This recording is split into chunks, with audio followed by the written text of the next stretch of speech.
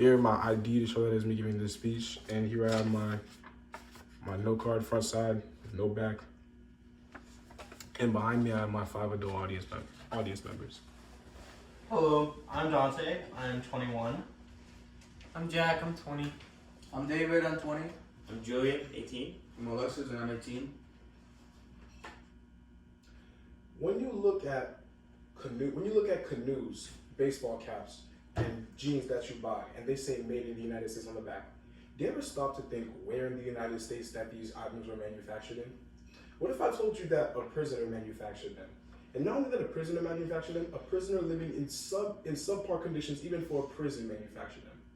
In this speech, I'm going to be informing you on the reasons why I believe that privately owned prisons should be abolished. And hopefully by the end of this speech, you all will have gathered enough information to align with your own side on the topic as well. And personally, I feel as if I'm well prepared to speak on said topic because I've done multiple weeks worth of research on the topic.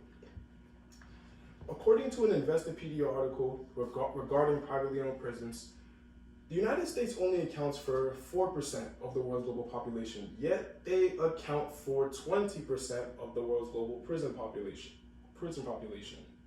And of that 20%, in which they house around 2 million Americans in prison, 9% of said amount, or around 180,000 prisoners, are kept in privately owned prisons.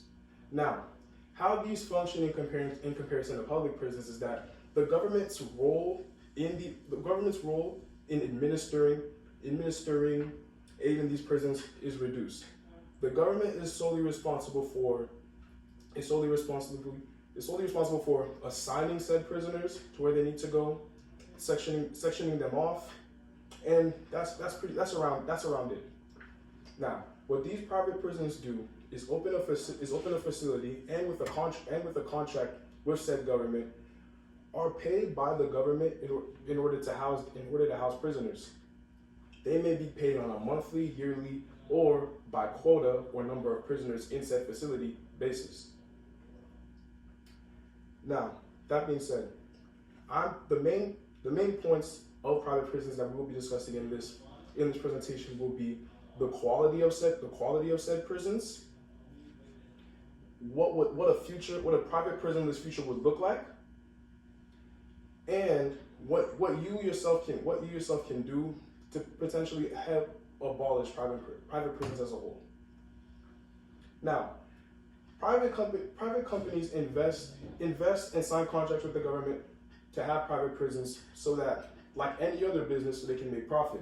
Now, when it comes to making profit, like any other business would, they look to see if they can find ways in which they can cut costs, and that can span from everything from the staff to the quality of the building as well. And this is where the issue of prison profiteering comes into play. According to PBS NewsHour reporter Yvette Feliciano and her report with Justice Department Investigation General Michael Horowitz, privately owned prisons are more inclined to have inmate-to-inmate assault, inmate-to-correctional officer assault, are more inclined to have contraband smuggled in, and are more prone to complaints in terms of medical care, infrastructure care, and things of the sort. According to Curtis Blakely of the University of South Alabama, in his own study, he found similar results and attributed them to these private prisons being understaffed. And why that may be is that staff members of private prisons are paid on average $15,000 less than their counterparts in public prisons, and they're trained for 58 hours less as well. Now, a real life example to which this applies to can be found in the NPR article Investigating into Private Prisons, where prisoner Claudio Saucedo, who was a prisoner being held in a West Texas private prison facility, constantly complained of body aches and pains throughout his two-year tenure there. He complained over a dozen times, And every time he complained, he was referred to the prison nurse. However, these prison nurses weren't your average prison nurses. In fact, they were below standard. These prison nurses only received 1 year of training and were meant to be vocational nurses who were meant to support the registered nurses. However, they acted as registered nurses, and every time that Claudio would come in, he was only given a painkiller, let's say Tylenol or ibuprofen, and sent back to his cell. Eventually, a couple years later, he collapsed and was sent to the hospital, where it was found that he tested positive for AIDS, and a few days later he died of AIDS-related illnesses. Now, when I hear cases like this, it prompts me to think of in what ways the American prison system can possibly reform, or that we can get rid of the private prison system altogether.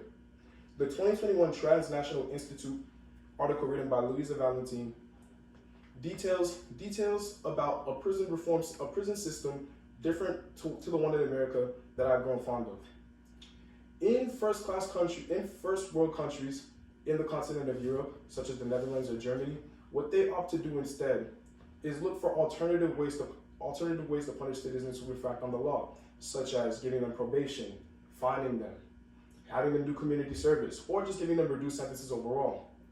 What this allows them to do is the two main functions of their prisons, which are to rehabilitate and re-socialize, so that when these prisoners are done with their tenures, they can assimilate right back into the real world, and there's no real chance of recidivism Now, compare that to an American justice system where prisoners have much higher recidivism rates, and on top of that, the system is built towards the system has laws built towards mass incarceration, so that these prisoners, like I mentioned earlier, where private prisons sometimes profit off of how many prisoners they may hold at a time.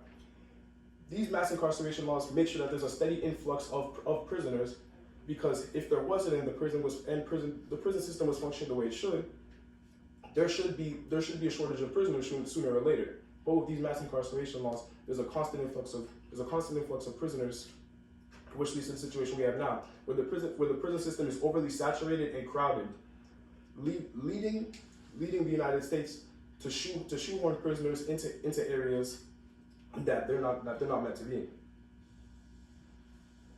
If privately owned prisons continue to plague our justice system, chances are that the infrastructure in said prisons will still remain poor, and that this cycle of recidivism will continue. However, if they are reformed or abolished, I will have less opportunities to tell you about stories such as the one of Claudio Cicero. Now, after listening to all of this, you may wonder to yourself how you, or just any individual who has no real legislative power, may be able to do something about this. What I recommend is that, such as for any law or policy, that you write to your local congressman or woman, and try to implore them to draft bills and create laws that would work against mass incarceration laws that we currently have. And on top of that, just try to have them draft bills to completely abolish the private prison system. However, that may be difficult because though private prisons are only house 9% of prisoners, it is a very complex system and can't just be taken down in one day.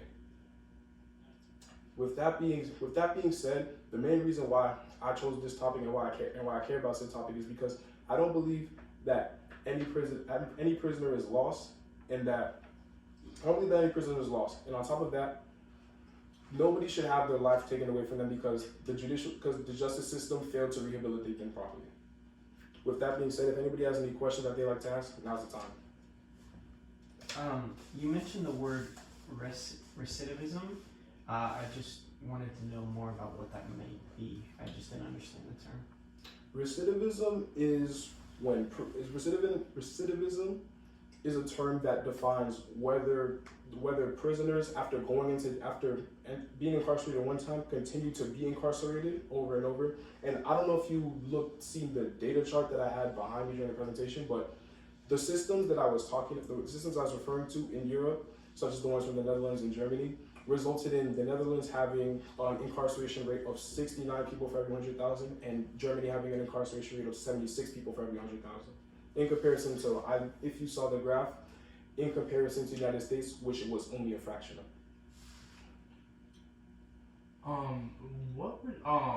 What role do you think the police have in any part of this private prison pipeline, if you will?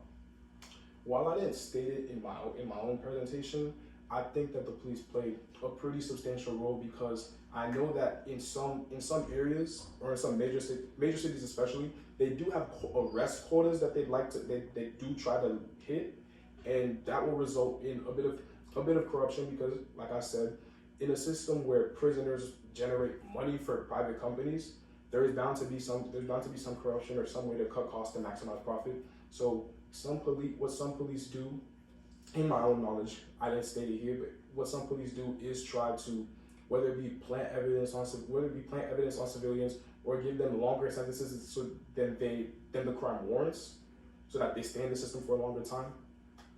I think the police and the judicial system have a great role to play. You, sir? Do you think that taking down those private prisons would incentivize criminals to be more good Samaritans and commit less crimes? While I don't think it would incentivize them to do so, what I do think it would do is inherently, by going to a regular public prison rather than private prisons where they just seem to care and invest less, do you agree? I do think that if a criminal were to go to a public prison rather than a private prison, I do think that the chance that they don't go to jail again would be higher. So in essence, yes, but not incentivized wouldn't be the word I use, rather inherently I think there's a better chance of them never going to jail again. Well, with that being said, that concludes my presentation. Thank you all for listening. The class is so